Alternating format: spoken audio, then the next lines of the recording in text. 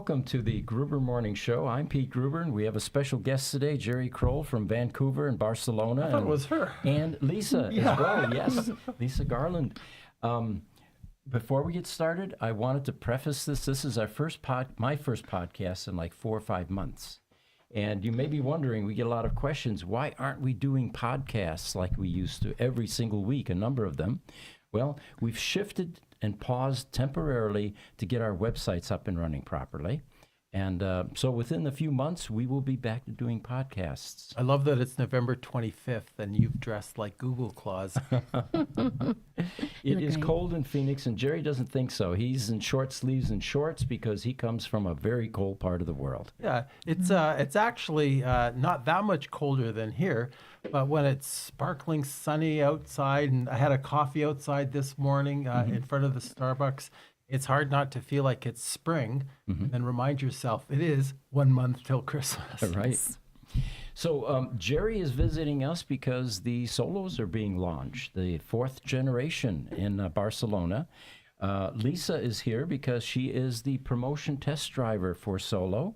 So we're going to have a lot of stories for you, a lot of anecdotes, and so we might as well kick this thing off. I was doing Lisa's job this morning at the Starbucks for her. Yeah, it was about a 45-minute drive, including the coffee, and there were 3 people going, "What is this? Oh my goodness, I've never seen anything like this." And again, we were saying like how many people, as a percentage, are driving by themselves, right, in the car. And everybody goes, "Oh, I totally get that." And so they go, where can I get one of these? What's the deal and all that, right? So I'm handing out business cards this morning outside of a Starbucks, which is my favorite thing to do. Absolutely. In fact, you can't go anywhere without somebody stopping you. Real big about taking pictures. I've actually let them now sit in the car and take a picture of them. And I think that really helps them get the full feel of it. But the concept in itself just makes sense. Well, you sent a graph this morning from Waymo. Can we get that up on the screen, Jesse? And just to drive this point home. You don't have it up on that one. On the big one, okay. There we go. Okay. So what we're showing here is from Mobility Data Insights is the occupancy rates of vehicles on the road. Yeah, and interestingly here, this is the robo-taxi side of it. It's 2025, heading into 2026. And we're futurists as we look at this thing. And I really do believe there will be a time, backed up by safety stats on full self-drive autonomous vehicles, that if we want to drive a vehicle, we'll be restricted to areas where humans are allowed to drive vehicles, like racetracks and things like that.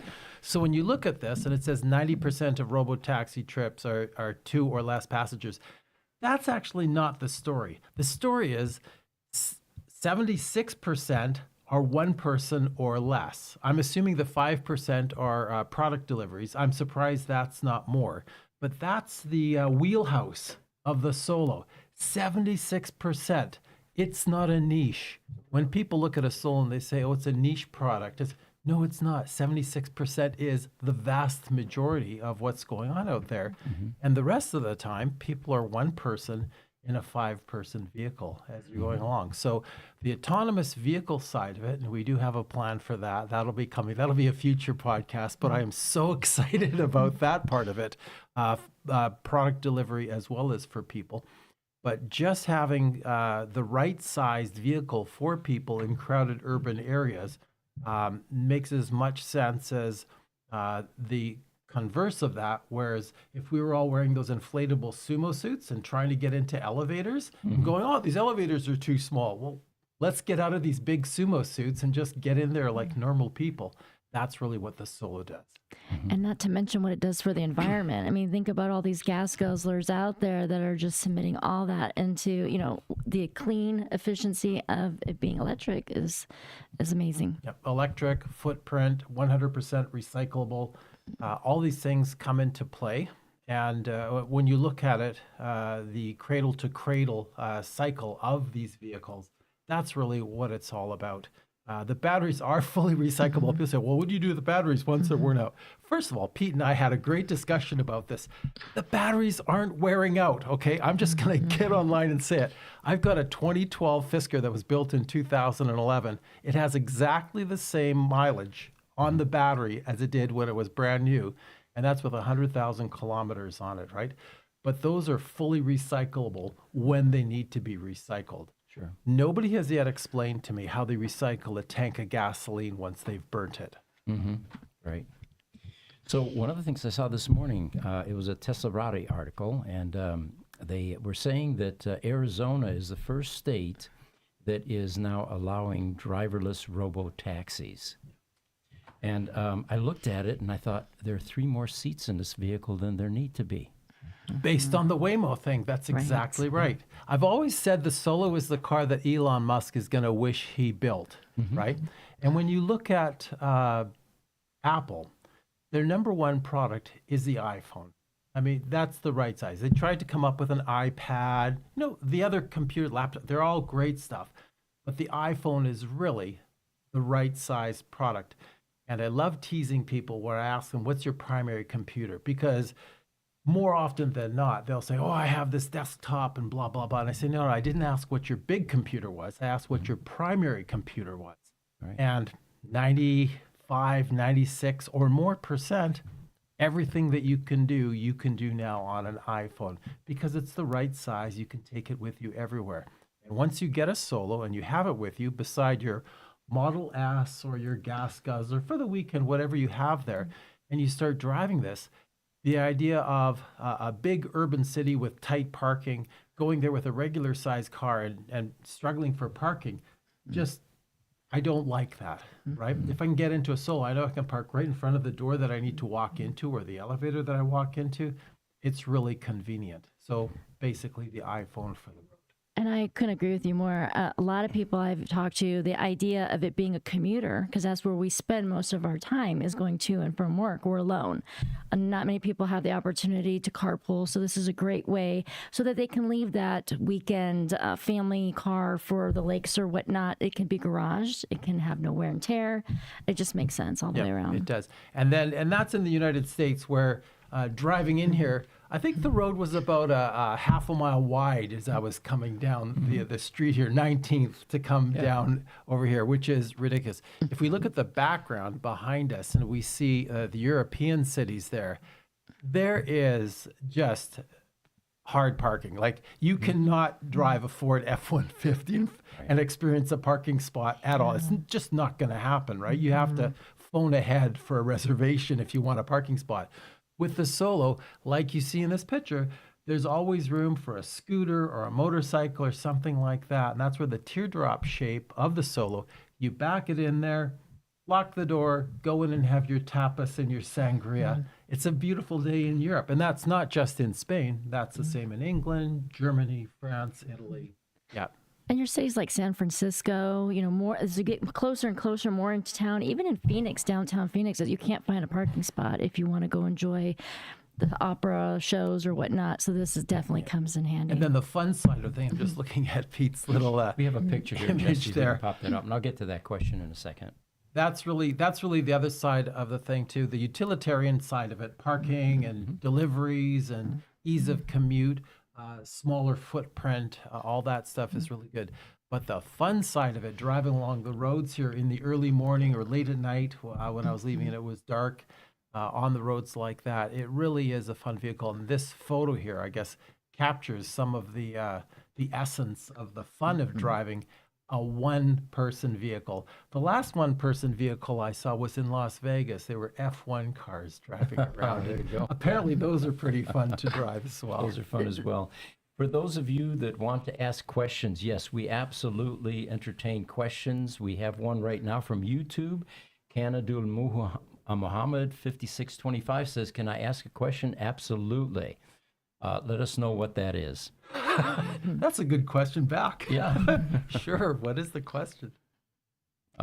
So yeah, we're also we popped up the image of the three-wheeler, and this morning, by the way, I was telling the visitors here that we tried using AI to render a Solo, and it tries to put 4 wheels on it every single time. So we're going to have to train these large AI hasn't models. caught up to us yet. It has not, no. For sure. And the beauty of that, the engineering side of it, is that two things. One is you've reduced the weight of the vehicle by 25% with the one rear wheel.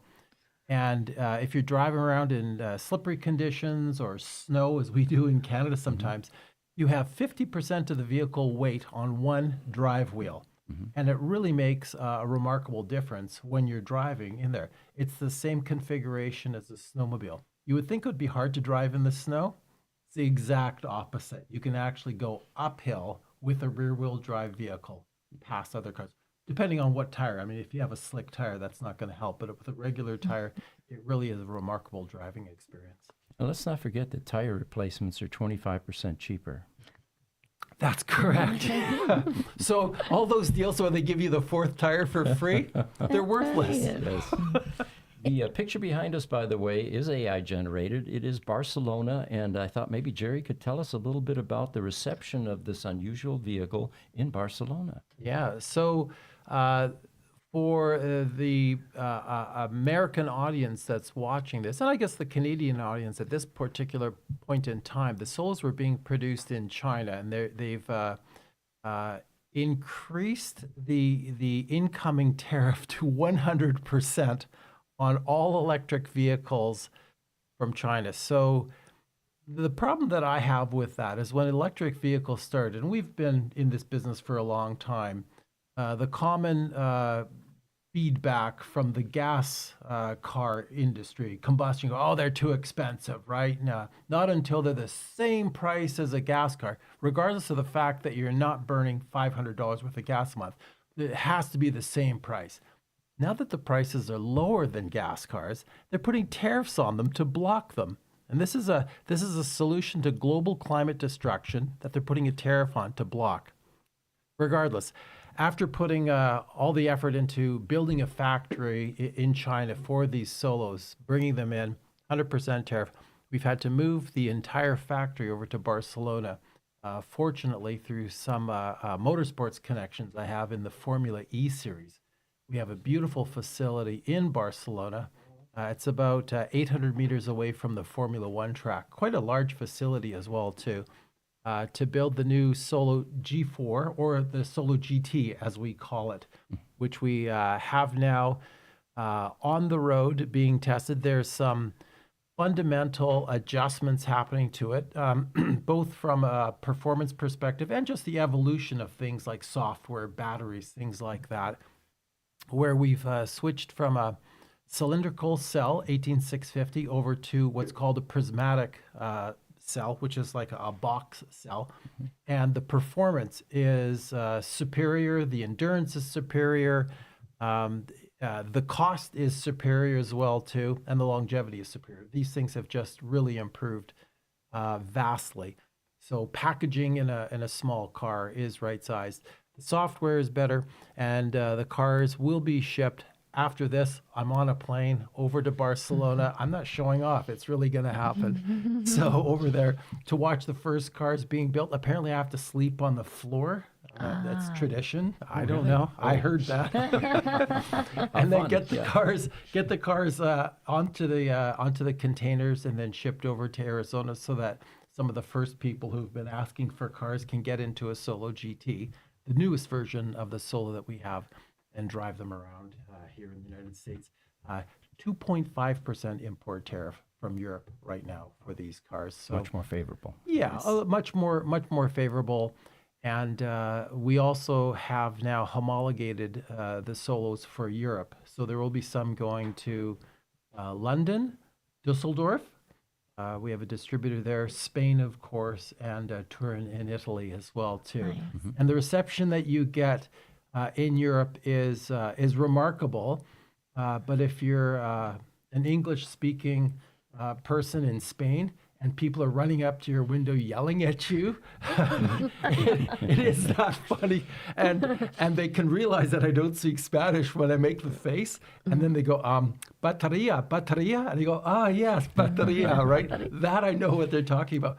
So the market in Europe is going to be exceptional for this. But as you said, everywhere in the world, it's a human convenience to be able to get into a car that's right-sized, go to work, go to school, whatever you're doing with it, and drive. And Europe, of course, some of the villages and towns there are hundreds of years old, well before any kind of motorized. Yes, exactly.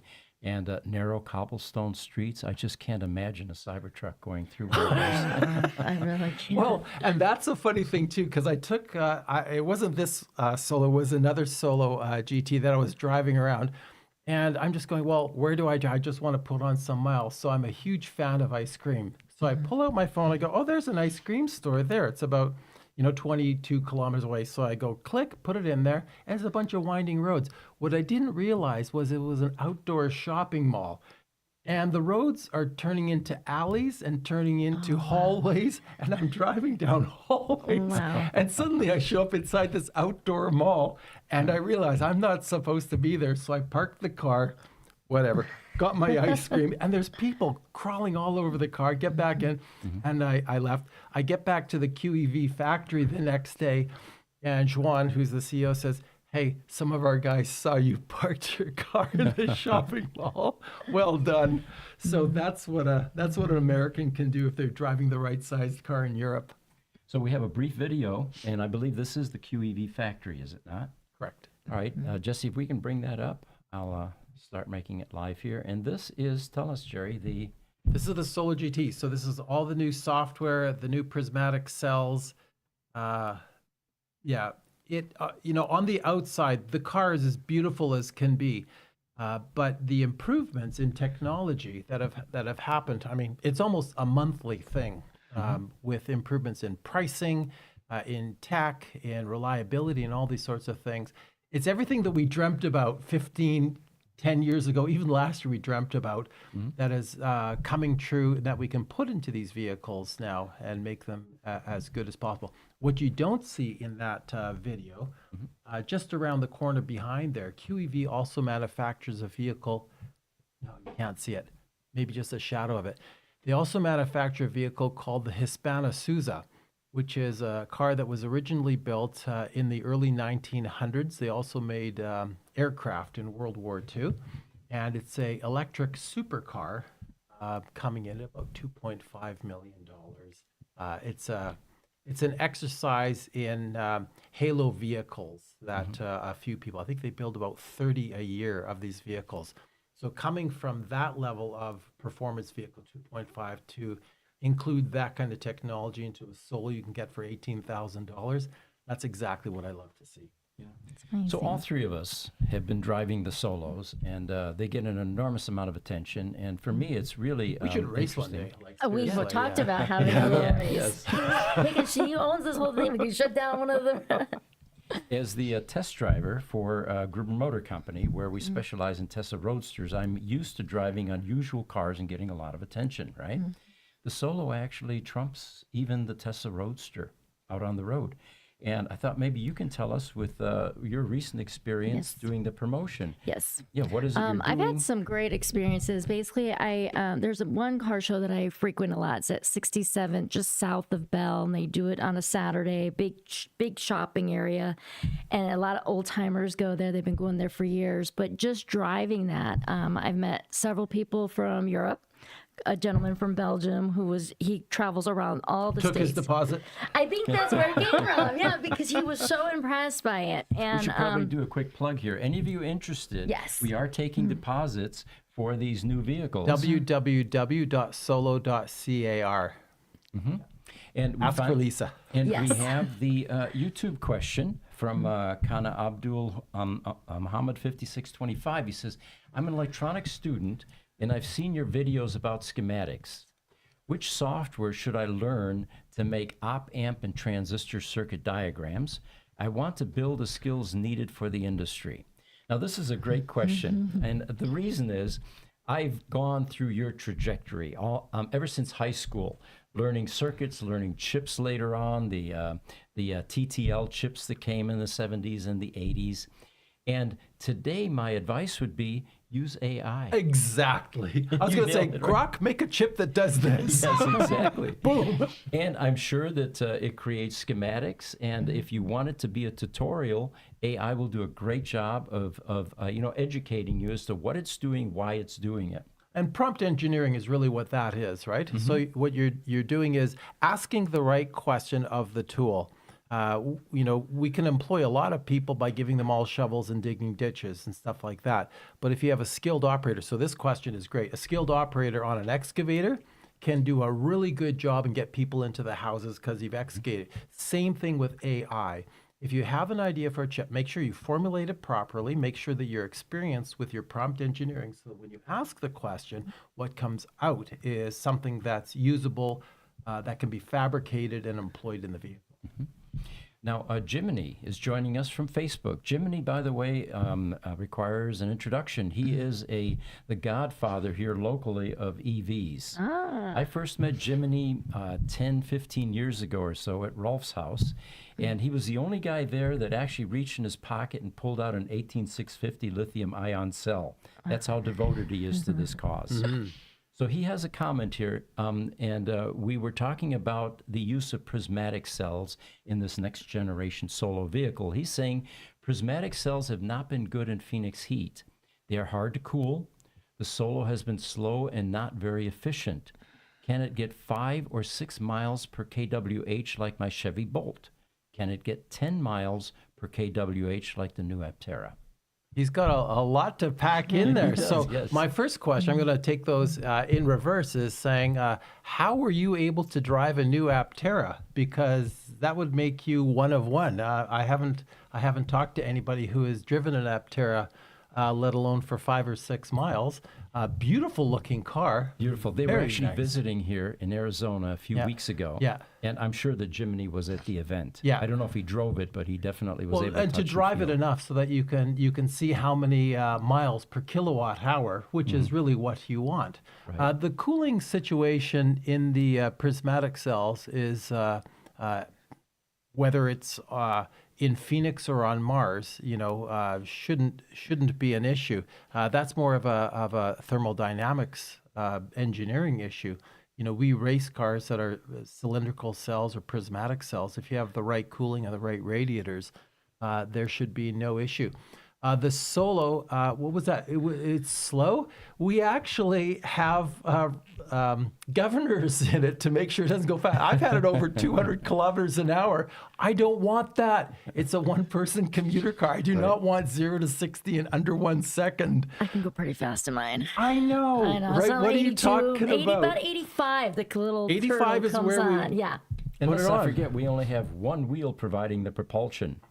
Yeah, but I mean, think of it like that. whether you have one wheel or four wheels, if you're driving 0 to 60, and I know this, if you go online and you try to find written off Tesla Model 3 performances, they're out there because it looks like a librarian car, but suddenly without any noise or anything, you're up at 100 miles an hour. Now you have to stop, boom, crash. That's what happens. So we're not building race cars, we're building road cars. And 85 is, I think it's illegal in On the the state of freeway. Arizona. I mean, I don't do it Anywhere it's illegal, right? So On the freeways only. That's fast enough. And so the prismatic cells are good. Like I said, I'll go back to my Fisker Karma. Those are the early A123 prismatic cells. And here we are, 15 years later, the exact same range as originally. They're not degrading. They're not degrading at all. So, you have to look at what's happening, and the technology is always evolving as well too. Different companies are coming out with different things. CATL and CALB are really leading edge companies in battery technology, and I don't think it ends here. This is the state of the art. I think the technology will continue to improve, including to the point where I see the potential for some radical hybrid batteries where you've got some batteries with high input, high output being a portion of the battery, while the lower cost lithium ion batteries are the main storage for the car. I think the EV manufacturers took note of Tesla's early problems with the Tesla Roadster. They didn't really do any thermal testing to the extent that they should have, and the way they found that out was one of the cars went to Dubai, and one of the princes there Just actually as had hot a as Tesla Arizona. Roadster. Exactly. And they had all kinds of problems. And it was, I can only, if I was a fly on the wall in the engineering room at the time, they would have said, we probably didn't do enough thermal testing. Yeah. So. And I get people from Edmonton going, oh, what's it going to do at -40? Like, you can't make an electric car to go under, -40. And then I have to remind them that Mars has vehicles on it, and Mars is -200. And every vehicle on Mars is an electric vehicle. So rest assured, electric vehicles do work. And if anybody in Edmonton can show me it's colder than -200, I'd be very interested in seeing that. So you can have an electric vehicle in incredibly hot temperatures and incredibly cold temperatures. What doesn't work is a gas car. You get things like vapor lock in very hot environments, and you get the fuel actually turning to jelly, whether it's gas or diesel in certain environments. It just cannot work. Whereas a battery-powered vehicle in those extreme climates, which are like less than 1%, but you still want to operate in those areas, an electric vehicle will work. Looks like we've got a few more questions to clear, and then I would love to have you continue with your experience driving the Solo. YouTube, Astron BNX says, hello, dear friends. Greetings from Turkey. I hope you remember me. We do, yes. And we always enjoy it when people come in from all over the planet. That's the great part about internet, I try to join your live broadcasts whenever I can. I just wanted to add a little reminder. I work with electric vehicles in Turkey, and I'm also a software engineer, and I'd like to visit you in America someday. And we give tours almost daily at Gruber Motor Company. Would love to have you come visit. Absolutely. I was just in Istanbul a while ago. Yeah, That's right. You were the saying. airport in Istanbul. If you haven't been to the airport in Istanbul, it's spectacular. That's all I'm going to say. I'm sure that Astron knows what I'm talking about, but it's the kind of airport that you would be proud of. That's awesome. We have a suggestion here from Car Parking on YouTube. He says, build a car that goes 300 miles per hour. I'm in. Let's do it. Let's do it, yes. And so, the car that goes 300 miles per hour is the Tesla Roadster. And I've had a deposit on that thing for 7-8 years now. The worst thing that could happen is if they gave me my deposit back. I don't want my deposit back. I want the car. Yeah. And I'm also thinking, because I race electric cars, that's my jam now. And I just won the GTO championship first in North America with an electric vehicle against all the Corvettes and Porsches, right? So the idea of getting a second Tesla Roadster and racing that, like one for the car, that's a little ostentatious, but it does put a stick in the sand to say, try and beat this, right? 0 to 60 under 1 second. It's just mind-bending. I think it's 1,000-kilometer range is what they're proposing on this, and then the 4680 cells, which are tablets, which should be great for recovering regenerative power. It sounds like Tesla must have hired some Lucid engineers to get that kind of range. Maybe they just rebadged it. Yeah, I don't know. But for those of you waiting, all we know is that it takes Elon a while to actually pull the trigger on some things. Have you heard his quote? He calls it turning the impossible into the delayed. Okay, that's a great quote. I love that. I like it. Yeah.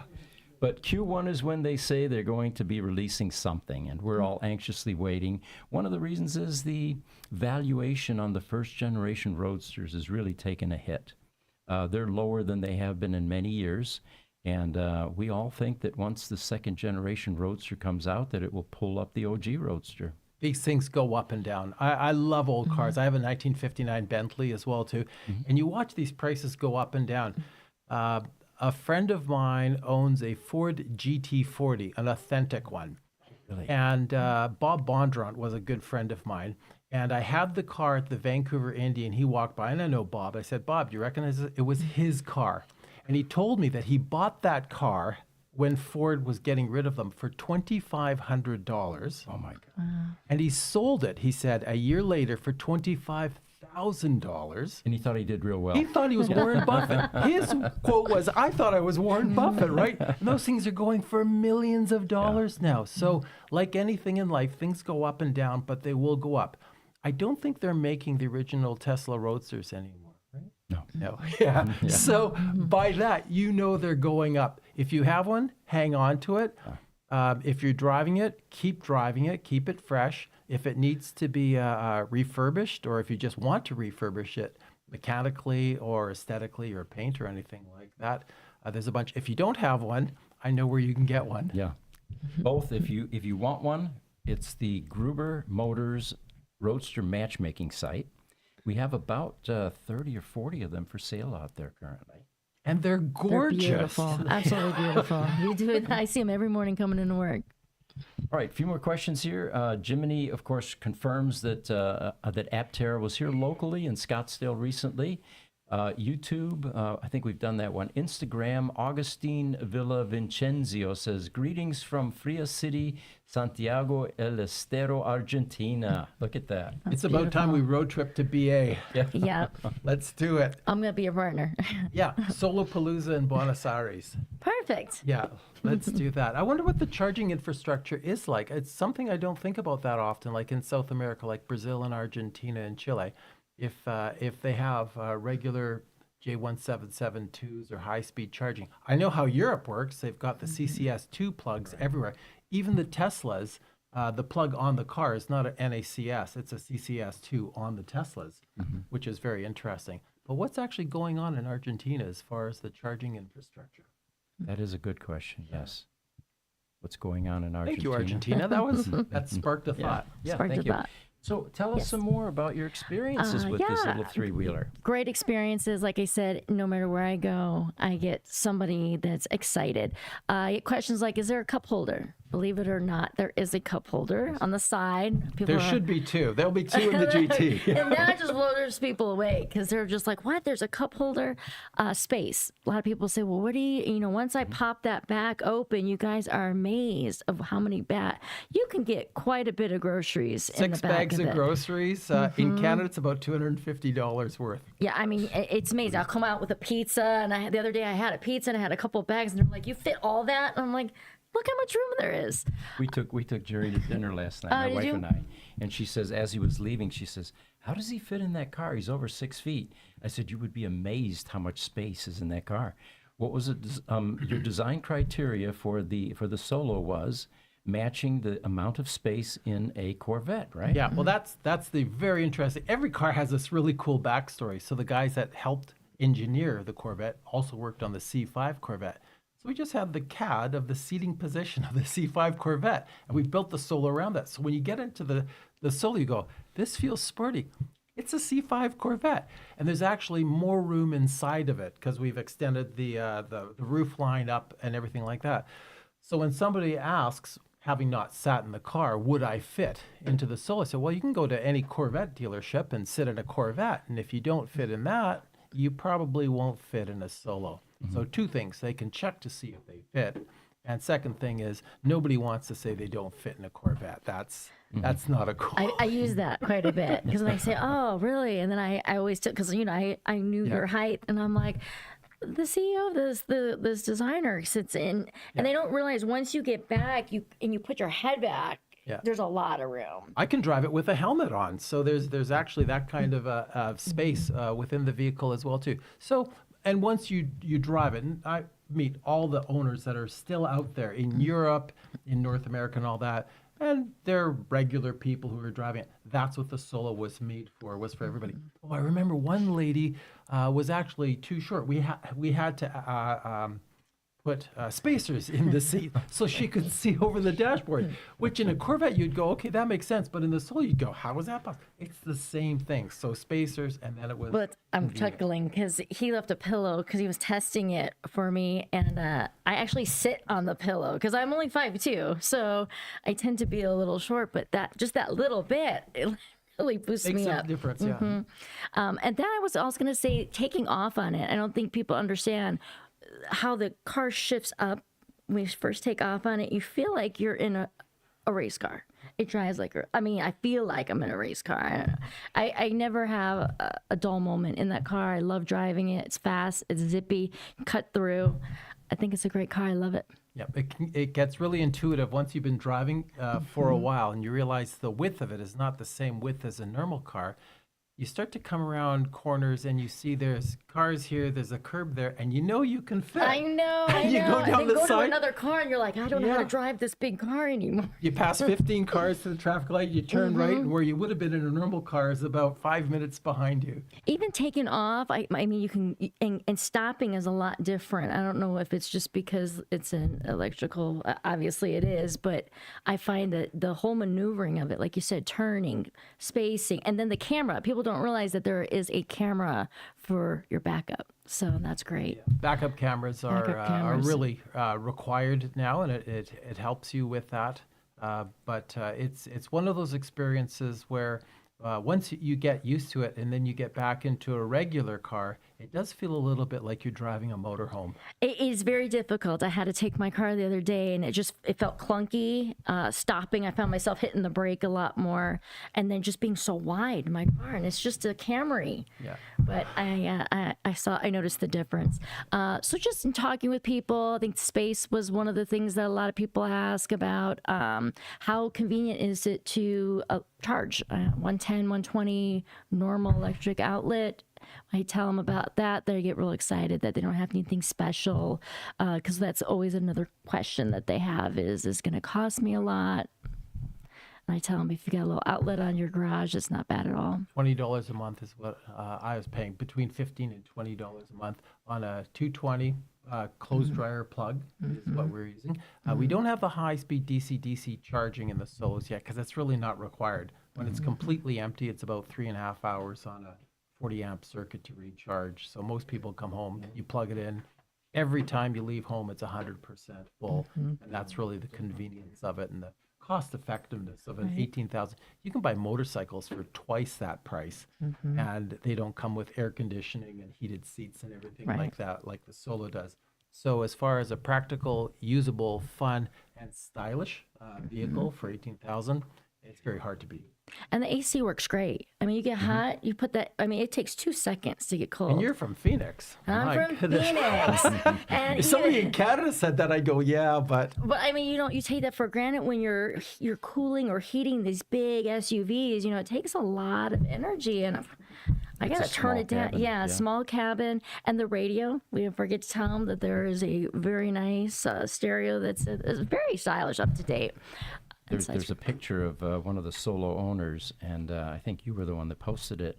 And it said it's easy to fit $250 worth of groceries in a Solo in the trunk of a Solo. Of course, Yes. food is a little bit more expensive nowadays, and I think that was part of the pun. I'd have to go to 350 now too. Yeah. But back to the radio. The radio is good, but it's been a bit of a pebble in my shoe as well too, because I think we could have done a lot better with the infotainment unit. And the Solo GT will have an outstanding infotainment unit Nice. in it as well Awesome. too. So at this time in January, February, when you get the first Solo GTs and you're driving around going, touch screen?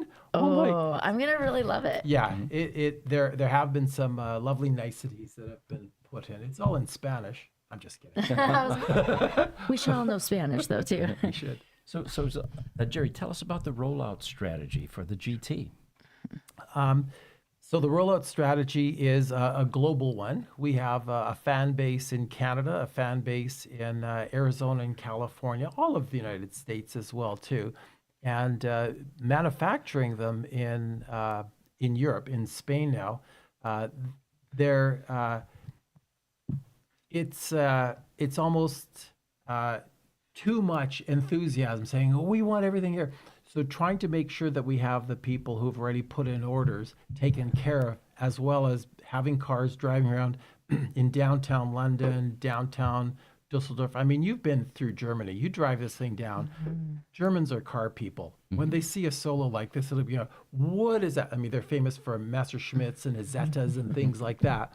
And this is like the most modern take you could have on that. So it's a global way. We'll have somewhere between 100 and 200 on the road this year, and then 1,500 to 5,000 in 2027. So we have all the capacity to do that, but rolling them out into the areas like Arizona and California, which are our key markets first, the people that we have them there, and then taking care of the people who put in their first orders. And I have a picture of a very brightly colored Solo. I'm going to bring that up here. And there's an interesting story behind this one. Yeah, that's a shout out to Wayne Ritchie as well too. So I just visited with him in Los Angeles. Great guy. Sean Mahoney and I went and had a nice meeting with him. So he had that. That's his, I think, second or third wrap job, and it is outstanding. The color on it, it's a huge eye catcher in Los Angeles. And Wayne has been building custom cars. I think he said since he was 17 or whatever, and he pulled out some magazines with Volkswagen Beetles that he'd done. The attention to detail was breathtaking in all these. So that's what he's working on with these. So that's the Gen 3 Solo that he has there. And the other person, I don't think you have a photo of this, Andrew Phillips. I don't have. Oh, you don't have that one too, we'll but describe it. he's wrapped his like a DeLorean. And I'm not saying it looks like a DeLorean. You can feel the surface of it. It feels like brushed stainless steel on it. So he brought it over to the hotel in Las Vegas, and it's a head turner, absolutely for sure. So I've always felt and heard from people that Solo will be personalized, much like somebody will have an iPhone, put Hello Kitty stickers on it or whatever. Make it your own because it's a very personal device. And I'm always excited when people take their own initiative to make their cars look different inside and out. Mm-hmm. Like the Tesla Roadster, they're all bright colors. It's a Lotus, holdover, but these types of unusual cars do require a little bit more color and attention. I saw a British Racing green one in there that caught my eye too. That's not a bright color, but it's definitely a sexy color. We're sticking with the 4 colors still, right? The white, red, black, and silver. Yeah, and that's what we've always done. But wrapping on such a small car is like $1,000 issue, and you can change it every couple of years as you go forward if you like. That's awesome. A few more questions coming in from YouTube. Astron BNX says, in the meantime, I wish success to friends in Barcelona. Gracias. And also says, yeah, we have a very big airport. By the way, my name is Reha. Well, thank you, Reha. Thank you. Oh, that's in Istanbul. Istanbul, okay. And then Instagram, Augustine, again, Villavicenzio says, here EV charging stations were installed in Buenos Aires city. Again, Argentina was the question earlier. I haven't heard from any other city. I think there are other cities with similar facilities, but I don't know which cities. We need to send a couple of solos down to Buenos Aires. So if there's some sort of a contact down there, Lisa, if you have the spare time, you can go down there with the cars. I would love set them to. up for a month or two. I'll take them down, no problem. Sure. And then see, are they J1772s? Are they DC-DC chargers? Like, what's the adapter that's required down there? But yeah, South America is a huge continent, very rich in car culture as well too. Who here knows Juan Manuel Fangio? Nobody? No. Arguably the world's greatest driver. So the people in Argentina, you know that I know, right? So a very big car culture. And now having vehicles like Teslas and Solos available for people down there as well too. I'm sure it'll be interesting as they transition away from combustion into electrics. Absolutely. One final question is, it seems like the world is transitioning to full self-driving, which I'm totally in favor of, considering the lack of driving skills and deteriorating driving skills out there on the roads. You talking to me? Sure, you drive race cars, you're fine. So wouldn't it be cool to have a single occupant vehicle that was full self-driving? I mean, why do you need a driver? Why do you need extra seats? With the percentages of people on the road that are driving solo anyway. Any thoughts or plans about licensing or partnering to make the three-wheeler solos full self-driving? I think this is too early to make that announcement, Pete. But yeah, there is something in the works for that. And I know people like myself who have full self-drive in their Teslas will be able to relate to this. You're in the car all by yourself. You want to go home from wherever you are.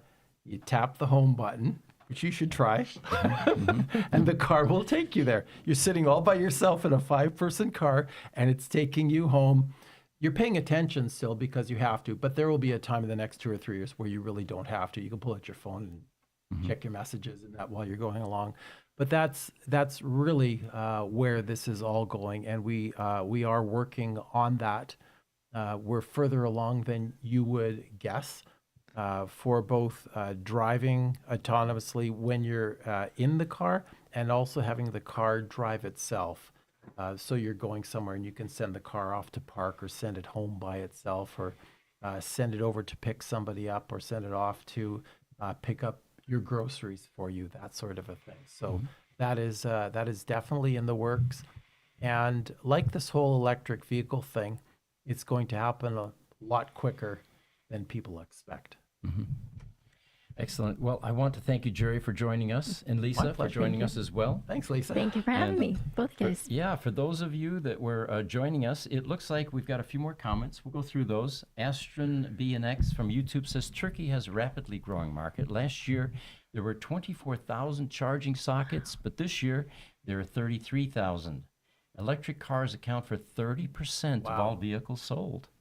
Therefore, I believe this is a promising market for companies producing new electric vehicles. That has to benefit the air in all of Turkey and that whole area. And then from Instagram, NTOK97 says, I suggest you open a branch here in Kuwait, people.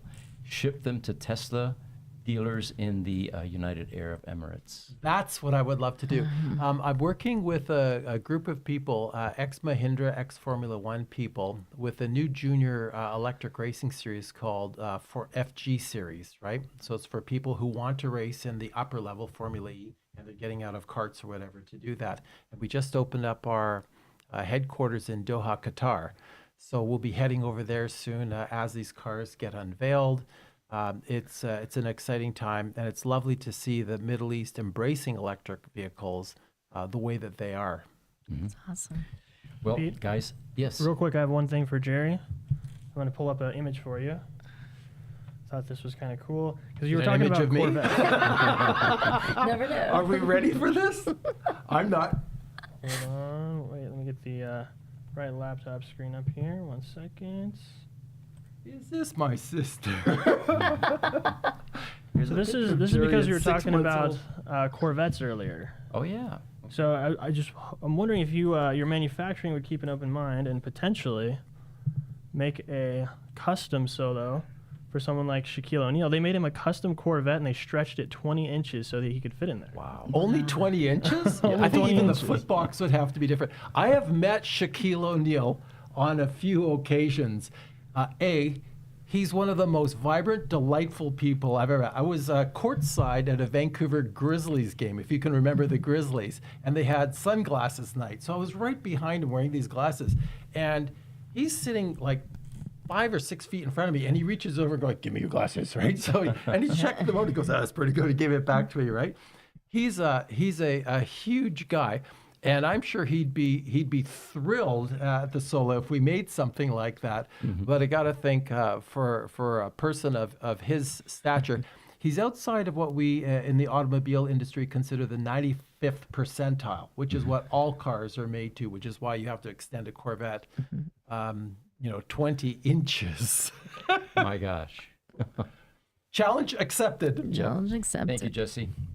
Thank you. Again, we want to thank everybody for joining us and our special guests. We will do these podcasts again soon, but not this week and not next week. So, but we will have some impromptu ones as we get special guests like Jerry and Lisa. Awesome. Thanks, Lisa. Thanks, Pete. And happy Thanksgiving to everybody out there. Thank you all.